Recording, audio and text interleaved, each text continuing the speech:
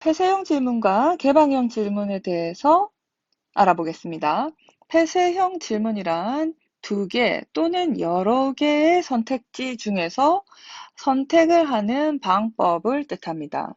이렇게 제시된 범주들이 가능한 한 모든 응답 범주를 포함해야 하고 전체를 포괄해야 된다. 그리고 그 제시된 범주 간에는 상호 배타적이어야 한다. 전체를 포괄해야 한다는 포괄성과 상호 배타성이 중요한 원칙입니다. 간결해야 되고 명료해야 되고 가치 중립적이어야 합니다. 자, 우리가 질문을 하다 보면 어떤 질문을 하고 나서 그 다음 질문이 필요한지 여부를 판별할 수 있도록 일련의 그 질문들을 배열하는데요. 그것을 우리가 여과 질문이라고 하고 하나의 항목에 두 가지 이상을 질문하는 이러한 이중적 질문은 사용하지 않는 것이 좋습니다. 자, 개방형 질문이란 자유롭게 답변하고 자유롭게 응답하도록 한 형태의 질문입니다. 응답의 형태에 어떤 제약을 가하지 않고 자유롭게 표현하도록 한 방식입니다. 대개 사전 지식이 부족할 때 예비조사로 사용하기가 적합하죠. 응답 범주의 수적 제한을 받지 않고 예기치 않은 응답도 발견할 수 있으며 강제성이 없기 때문에 다양한 응답을 얻을 수가 있습니다.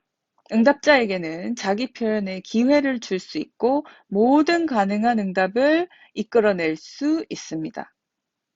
그러나 응답 내용의 분류가 어려워서 자료의 많은 부분이 분석에 제외되기도 하고요. 불성실 응답 혹은 무응답이 나올 가능성이 많습니다. 또 응답자의 표현 능력, 어문 능력에 영향을 받습니다.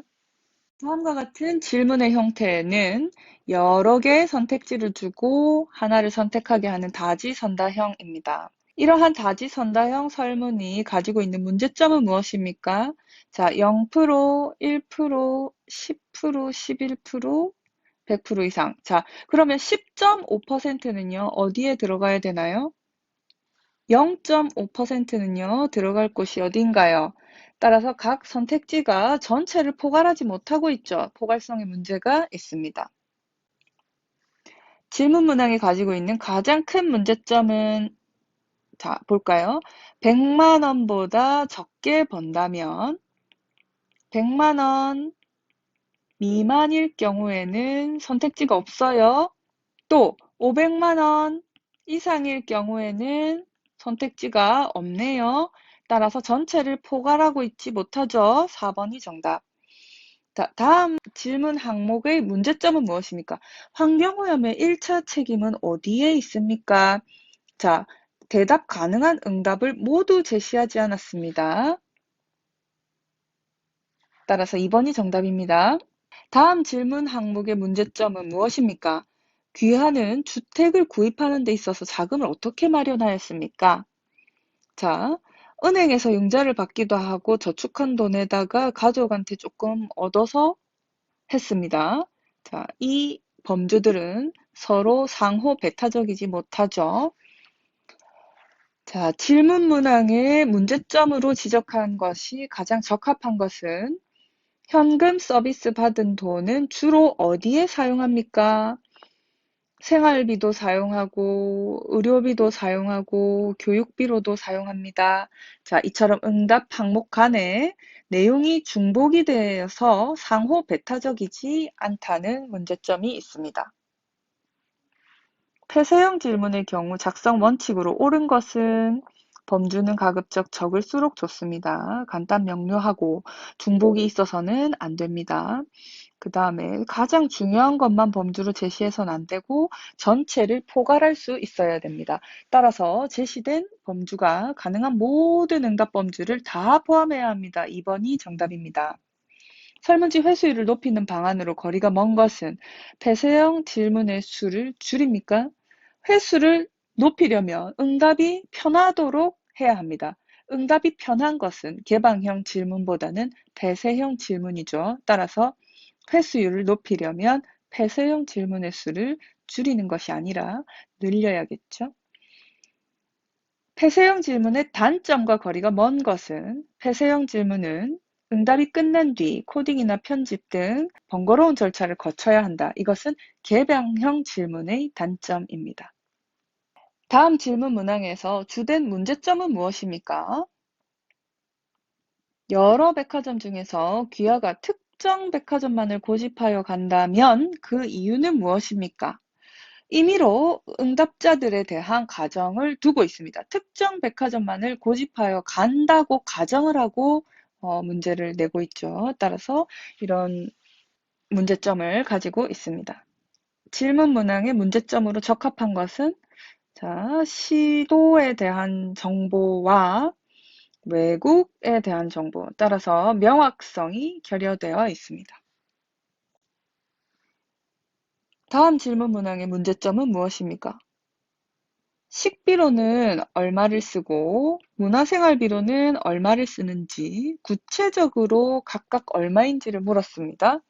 이 경우에는 지나치게 자세한 응답, 기억이 요구되는 응답 따라서 무응답을 유발할 수 있습니다. 최근 텔레비전 프로그램에 등장하고 있는 폭력적 장면과 선정적 장면에 대해서 어떻게 생각하십니까? 자, 두 개를 동시에 물었습니다. 이중 질문입니다. 자, 개별 항목을 결정할 때 고려해야 할 사항으로 옳지 않은 것, 하나의 항목으로 두 가지 이상의 질문을 해서 최대한 문항수를 줄이면 위에 있는 이 설문처럼 폭력적 장면과 선정적 장면에 대해서 어떻게 생각하는가 하고 동시에 묻는다면 응답이 왜곡될 수가 있겠죠. 다음 중 개방형 질문의 특징에 관한 설명으로 틀린 것은 응답자의 모든 가능한 의견을 얻어낼 수 있고 특히 탐색 조사를 할 때 유용하며 응답 내용 분류가 어려워서 사실 분석에서 많은 부분이 제외되기도 하는 이것이 바로 개방형 질문에 대한 특징입니다. 4번은 틀린 설명입니다. 표현상의 차이는 있으나 응답에 대한 동일한 해석이 가능하므로 응답의 일관성을 유지할 수 있다. 이것은 개방형 질문에 대한 틀린 설명에 해당합니다. 자유롭게 표현해서 강제성이 없고 다양한 응답을 얻을 수 있어서 탐색적 질문 방법으로 적합하지만 일관성을 유지할 수 없는 한계가 있습니다. 개방형 질문의 장점으로 옳은 것은 응답 범주의 수적 제한을 받지 않는다. 그렇죠. 응답 범주라는 것 자체가 없습니다. 개방형 질문의 특징이 아닌 것은 코딩이 쉽지 않죠. 따라서 자료 처리에 어려움이 많습니다. 1번 틀린 설명입니다. 자, 마찬가지 폐쇄형 질문에 비교했을 때 개방형 질문에 관한 설명으로 틀린 것, 개방형 질문은 폐쇄형 질문보다 자료 처리가 더 용이하지 않습니다. 자, 이러한 설문지 유형이 바로 개방형 질문인데요. 이런 개방형 질문의 특징이 아닌 것은 어문 능력에 관계없이 이용이 가능한가요? 그렇지 않죠. 어문 능력이 영향을 끼칩니다. 정확한 응답을 유도하거나 응답이 지엽적으로 흐르는 것을 막기 위해서 추가 질문을 행하는 것을 우리는 probing, 케어 묻기라고 합니다. 응답자의 대답이 불충분하거나 모호할 때 추가 질문을 통해서 대답의 정확성을 이끌어내는데요. 이러한 면접 조사상의 기술을 우리는 probing이라고 합니다. probing은 언제 많이 사용할까요? 비구조화된 면접 조사 때 사용이 가능하겠죠. 어떤 질문이 다음 질문이 필요한지 여부를 판단하는 그런 질문이라면 우리는 여과 질문이라고 할 수 있겠습니다.